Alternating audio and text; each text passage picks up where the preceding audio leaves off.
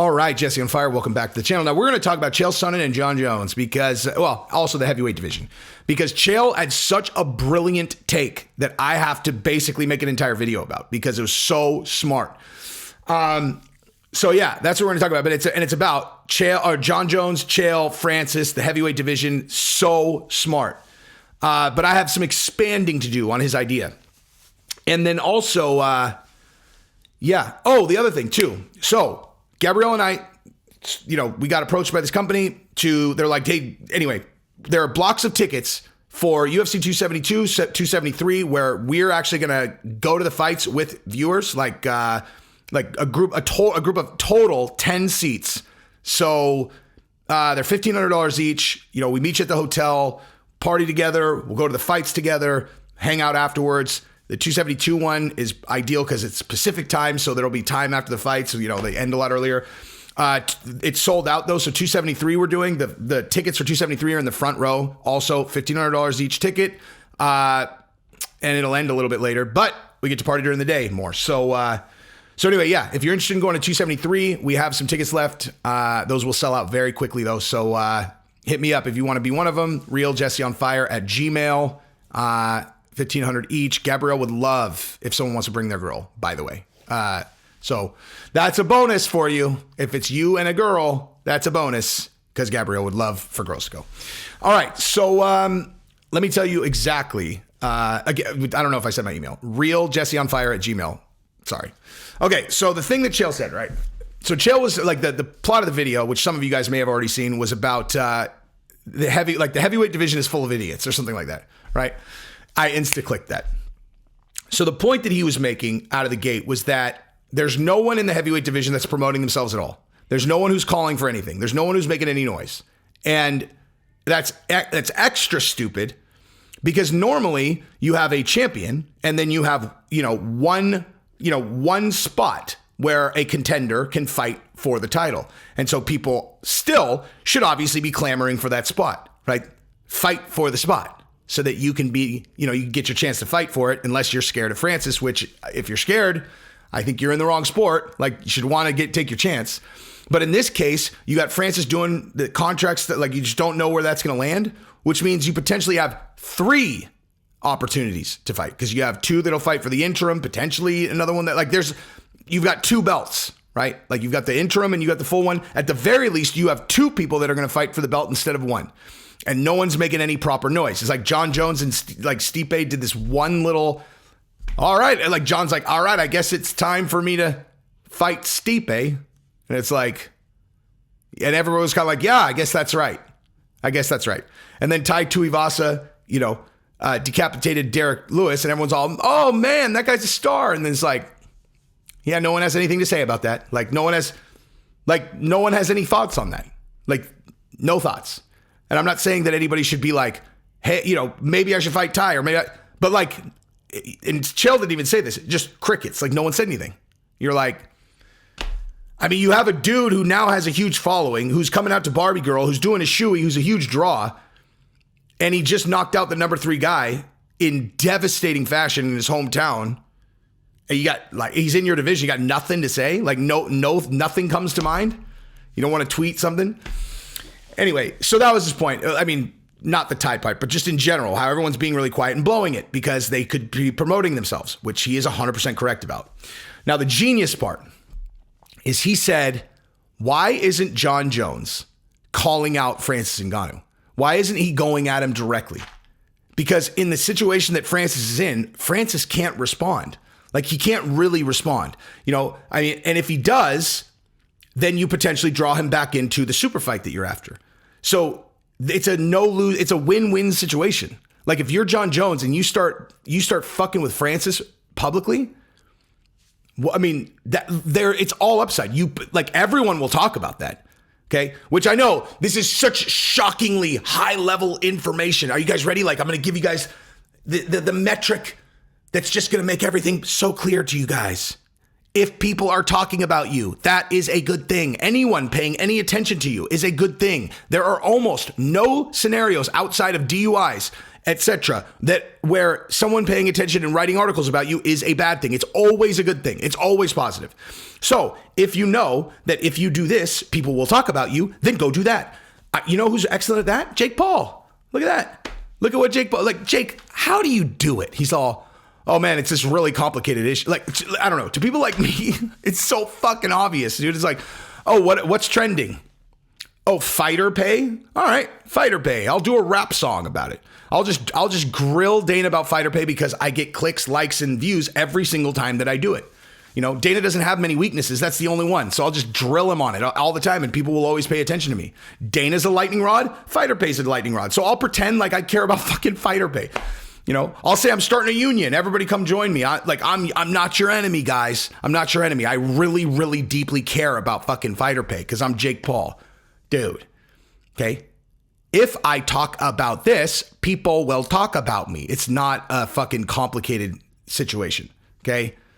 So John Jones, if he starts talking to Francis, starts tweeting at Francis, people are going to fucking talk, dude. People are going to talk. And like if you're looking, and here's the thing, again, I will say this again.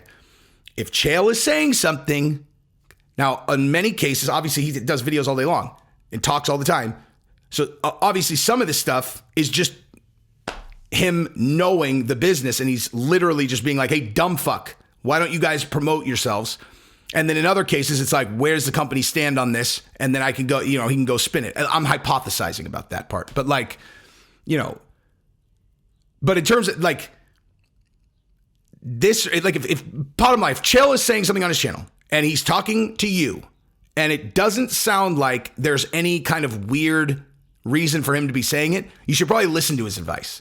Like if he says the thing to Sean Strickland, like, listen, man, you know, they might not be laughing with you. He like maybe scale it back a little bit. If you want to be champion, because that's what he's saying. If you want to be champion, scale it back, dude. Scale it back.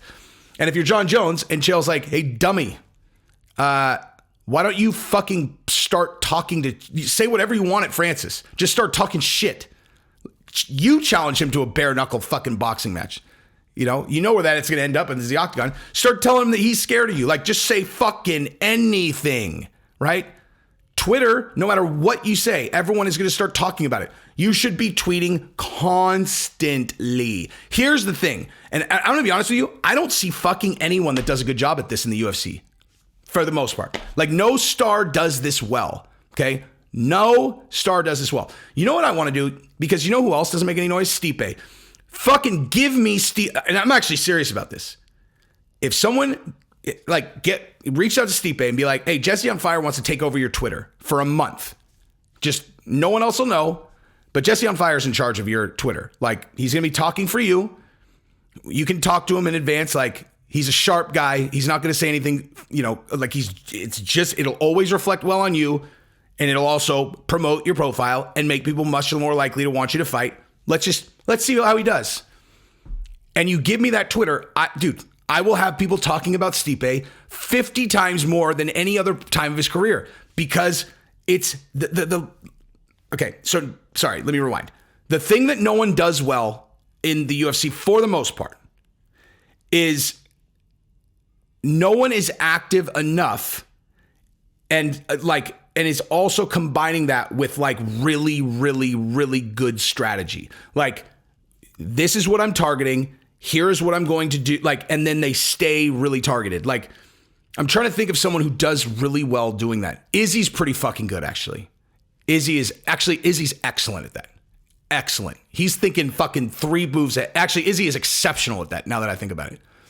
Like, when Izzy starts shit with someone on Twitter, it's either in response to something or he's chess moving it, dude. He's been setting up this John Jones fight for how long? You understand what kind of fucking numbers that fight will do if they ever fight? And he's intentionally waiting until John Jones is old enough that he thinks he's got a much better chance of winning. But like, you know, a lot of guys that are really active, they just talk about so much shit, you know, like they're like active, you know, they're like, yeah, fuck yeah. They're like doing Twitter, man. Like, they're like doing Twitter as opposed to like, Twitter's a tool. What's the outcome I want to drive? What is good strategy to get to that outcome? You know, like, doing Twitter is better than not doing Twitter, but using Twitter as a tool to get the outcome that you want is a much better use of Twitter. And if you're John Jones, you can do fucking, I mean, you can make so much, you could drive outcomes all day on there if you're really strategic about it. And so again, I will reiterate, Chael's idea about him just starting to just go at Francis on Twitter is brilliant. And dude, Francis and his team, like, these guys are my boys. That won't help them, you know, like it definitely will not help them. That actually will put them in a less than, a less than ideal scenario, which is probably why Chael suggested it. But nonetheless, I don't play fucking favorites on the channel. I will tell you exactly what I think. And I think if I'm John Jones, that's exactly what I'm doing. Absolutely, for sure. You know, and then at the very least, you could set the narrative for when Francis does fight John, even if it's the Tyson Fury fight that he does first. When he comes back, you got a lot of steam behind that fight. Ultimately, you want the fight, right? Like, you want to fight Francis, don't you, John Jones? So, I mean, the only things I've ever heard John say about fighting Francis Ngannou have to do with, like, Dana paying him for it. Like, give them a reason that they should pay you for it, which is build hype for the fight. That's the whole thing. Is like when people are like, the UFC doesn't promote me well. It's like I look at the UFC as like a venture capital firm. Like the UFC's marketing budget is like a venture capital firm. Like, they're not just going to throw equal money or equal effort behind every single person. It's like, it's the responsibility of the person to demonstrate that they are a fire that if thrown gasoline on will blow up, you know? Like, that's your job as the fighter. Give people a reason that they care about you, and then the UFC will put its machine behind you. It doesn't work in reverse. Like, they don't just put the machine behind everyone, because it doesn't make any sense. Because think about it like this. If everyone's a star, then fucking no one's a star. If everyone's a star, no one's a star. And just winning your fights and then being like, they're not promoting me. Nope. If you're winning all your fights, you should be promoting yourself. Like, there are a million you know what? I'm just going to say this. If you're a fighter and you hear me talk about things like this and you can't really figure out how it works for you, hit me up, email me. And maybe I will start some kind of service where I will consult and help you guys. Because, like, this shit is easy. Like, this won't be, like, hard for you to understand. If you go, okay, like, what should I do? I'll tell you fucking exactly what to do. And you'll go, oh, okay, actually, that'll fucking work. Yes, I know. 100%, it'll work. And if you're not sure, you just start doing it, and then you'll see it work. Because people who are the consumers of this product are incredibly fucking predictable. And I don't mean that as a bad thing. I'm saying the way I predict this is I know what I would respond to. What are the things I click on? What are the things that drive my interest? And then I just do that, dude. If you did this, I would click on it. So fucking do that. And then how would we build profile or whatever? I mean, anyway.